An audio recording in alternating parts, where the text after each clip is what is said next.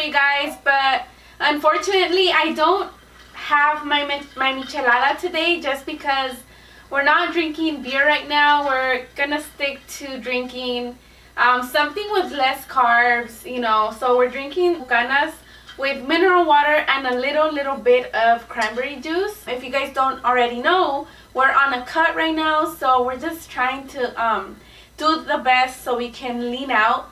And yeah, so for right now we're gonna stick to this. And yeah, so grab your cocktails, grab your drinks, your beer or whatever, and let's get started with this video. First and foremost, I do want to ask you guys to please subscribe to my channel. I have so many people that watch, I think it's like 80% that watch my videos that are not subscribed. So don't think I don't know that you're not subscribed. So please go ahead and subscribe down below. Also, if you would like to receive some post notifications, then please click that little bell next to the subscribe button. And yeah, so let's get started with this video.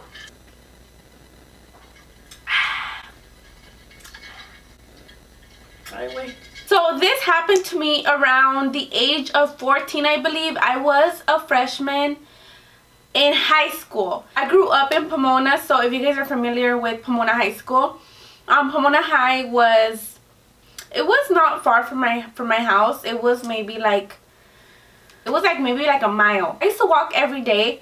I was around that age where I used to think that when your parents used to pick you up, that was like not cool. I just wanted to like be cool or whatever. So my grandpa used to pick us up, and I was like, no, que no me recoja because it's embarrassing or whatever. So, you know, I started walking home with my friends, and I would walk home. It was like two of my friends because some of them didn't live like the way that I lived. But this friend that I used to walk with was my friend Gabriel, which right now he's locked up, but yeah, Gabriel. So yeah, so I used to walk home every day, but on this day I think he just was absent. Both of my friends, because I used to walk with two friends, both of them were absent that day. So I remember it was a Friday, and I was like, oh great, well it's okay then. I didn't have a phone back then. It was like, yeah, I was a freshman. Yeah, I was a freshman and I didn't have a phone back then. Like, my mom got me a phone until after like this happened, and it was like May, like for Christmas that year, but we were still in the beginning of the year. I think it was like October. I remember I was walking home and I didn't have a phone to call my grandpa to pick me up, but I still wasn't even trying to call him, you know. Like, I was like, who cares, like I had walked home alone before, so it was like no big deal. And then plus everybody was walking home around the same time, so there was people walking either in front of you or in back of you, you know. So I remember this day. It was one of those days where, you know, those gloomy ass ugly days. Like, I hate the rain. It was like if it was about to rain, like those sad days. And I used to walk through Gary because Gary didn't really have that many lights to walk through.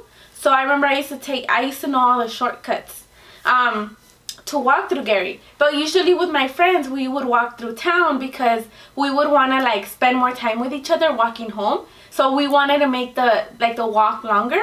So we would always go through town. So what I didn't know was that through Gary, it was a little bit more lonely. I remember in middle school, we used to walk through Gary. Like, I knew both ways because, you know, I walked both ways. So I knew my way around Pomona, you know. So I was walking home this day through Gary, and, you know, I passed all the shortcuts, and usually, obviously, in the shortcuts, there's less cars and there's like less people. So I was like, okay, I passed through them and everything was fine.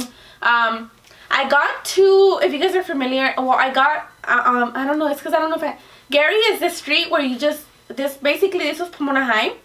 You basically walk through little streets, and then you hit Gary, which is a big street. And you could just walk on Gary, and it's like walking on Foothill. It's just like a big street. So there's a lot of cars on Gary. So I was walking on Gary, and I was almost home, guys. If you guys are familiar with Pomona, then you guys know about Jiffy Lube on Harrison and Gary. I was almost home, you guys. Like, I was like maybe like a block, not even, like streets away from my house.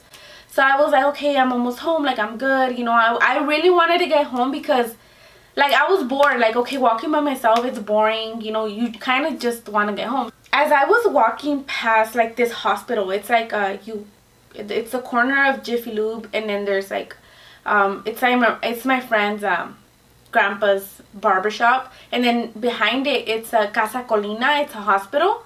And I was walking past Casa Colina, and I see this van pull up next to me, and they were like, it was a van, you guys, like, you know, I'm gonna insert a picture, but you know those vans that in movies they look weird, like, you know those white vans that look como que te van a robar? It was exactly what I saw. And they pulled up right next to me, and they were like, ven, like, they were talking to me in Spanish, and they were like, come on, in English and Spanish, because it was, I think it was like 3 guys in the back and then 2 guys in the front driving. And they slid open the door, and they were like, ven, ándale, métete aquí con nosotros. And they were like, come on, get in. And I was like looking at them like, what the fuck? Because they were right next to me, you guys. So I was kind of like shocked. I was tripping out, like, who are you and why are you telling me to get in your van? I didn't really know what was going on at first because it was just such a surprise to me, you know. So I was like, obviously I'm not gonna get in. Well, tell me why this car pulls up behind them, and they were trying to, because they just pulled over, and the street is so small you can't park there. So this car behind them was honking, and they were like, come on, like they started getting aggressive. So I was like, no, like, you know what, I'm not gonna get on. So what they did was they went straight, and the car behind them, that one that was honking at them to hurry up, it was a lady. Basically, she just pulled up next to me, and she was like, hey, she's like, I just saw what happened, because I was scared, because I was like, why are these guys, like, once they left, I saw them like stop. There's a stop sign, like they were right here where I was, right here. They stopped by right here, right next to me. I was on the sidewalk, and there's a stop sign right here. So they were right there for a minute. They were waiting for me, you guys, and the street was alone. Like that Harrison Street was lonely, because you know those days nobody was outside. Like, it was just really cold outside. Nobody was outside. So this lady was there, the one that was honking at them to hurry up behind them. And she was like, she pulls up next to me, and she's like, hey, she's like, I know they're up to something bad. I'll give you a ride home. She's like, come on, but get in. So I was like looking back at the van, and then I was looking at the lady, and I was like, dude, it could easily be set up so that the lady can take me with her, and they're working together. I don't know, a lot of things were going through my head. I was just so scared, and I was like, I don't know what to do. I don't know who to believe. Do I just keep walking, and what if they get me, or do I trust this lady and let her take me home? So I took a chance, and yeah, she was telling me, she's like, mija, get in. Like, she had 2 daughters in the car, and in her back seat, they're babies, you know. One was like a toddler, and the other one was like a baby. She was like months. And she's like, look, I have my daughters here, and God forbid anything like this would ever happen to them. She's like, I would want someone to step in and help them. She's like, and I know it's hard for you to trust me, because she's like, I know what's going on. Like, I know that you're scared to trust me because you don't know me, and that's what your parents are supposed to teach you, you know. But she's like, just please trust me on this one. And I was, you guys, I trusted her. I was like, ni modo, well, I have to take a chance. Either I walk and they freaking kidnap me, or I trust this lady. So, which is something that I really didn't know what to do, and maybe it wasn't the right choice, because what if she was working with them and they kidnapped me for sure, you know? But I just saw something in the lady, and I was so scared at the moment that I panicked, and I was like, I can't walk home. Like, I still had maybe like 2 or 3 streets left. Like, it was 2 streets. And I was like, I'm just gonna take a chance. And the lady was so nice, and she's like, no, she's like, she kept on telling me, she's like, thank you for trusting me. I saw what they were doing, and they were gonna do something to you. She's like, that's not something that you just see out of nowhere. Like, they don't just do that to get your attention. She's like, they wanted to do something. And you guys, she dropped me off, and she's like, just make sure you tell your mother about what happened, and you know, explain to her. She was really nice, and thank God for her. Like, damn, like she was an angel sent from up above, because what if she wasn't there? They could have, you guys, the street was lonely as fuck. Like, they could have easily got me. And the fact that they did a U-turn, that's what, when she was telling me like they're gonna do something bad, they're up to no good, that's what, and then they made a U-turn, that's when I believed them more, because I was like, why would they just make a U-turn? Why wouldn't they just, I told them no, why are they like insisting, you know? And it was 5 guys against myself, or myself against this lady. So I took a chance. I went with the lady, and thank God she took me home, and I was safe and sound. Like, she was the sweetest. Like, I talked to her for a little bit, like 1 minute, because I'm telling you guys, my house was around the corner, but I still had to walk.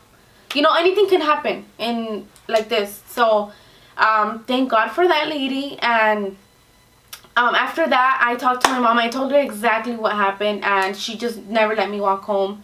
My grandpa would pick me up right after that, or else I would have to like walk with a friend or something. But even I was scared. Like, I was like, no, I don't even want to walk home alone. After that, I was like super on top of it. Like, whenever I got a chance, I mean, if sometimes I did want to walk home with my friends, because you know, sometimes I wouldn't see them. I would only see them like in lunchtime. So obviously when we go to school, we don't have full-on conversations with them except for lunchtime. So I would want to see them and talk to them more. So, you know, we would walk home together, but only if we had someone to, if I had someone to walk with. And yeah, I just never walked home.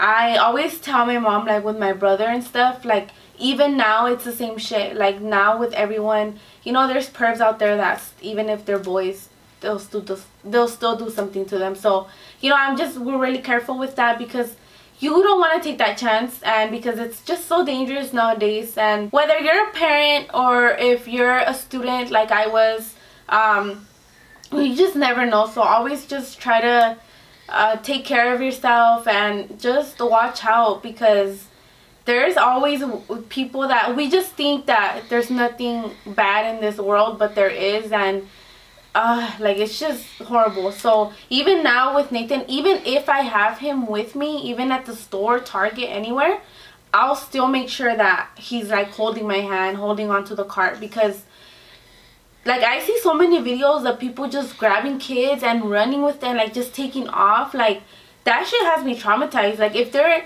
able to do that in like public places, imagine when it's so lonely like that. Like, always just be careful. So yeah, I did learn my lesson. You know, of course, if I ever have a daughter, even with my son, always be extra careful. I'm always gonna keep that in mind, because it's scary. And yeah, I think that's gonna be it. Like I said, don't forget to subscribe to my channel down below. Subscribe also to our family channel.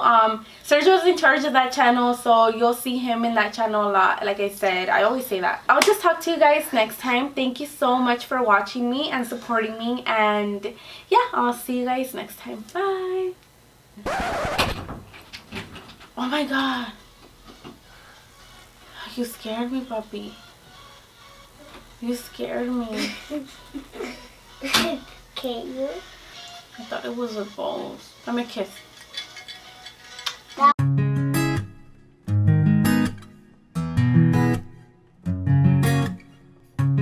Uno de nosotros es de barrio fino, un tipo muy real, y nos jugó una apuesta que ni te miremos que te va a robar. El otro es medio loco, con 20 tatuajes y ese swing de calle, y en su Lamborghini con labio salvaje quiere impresionar.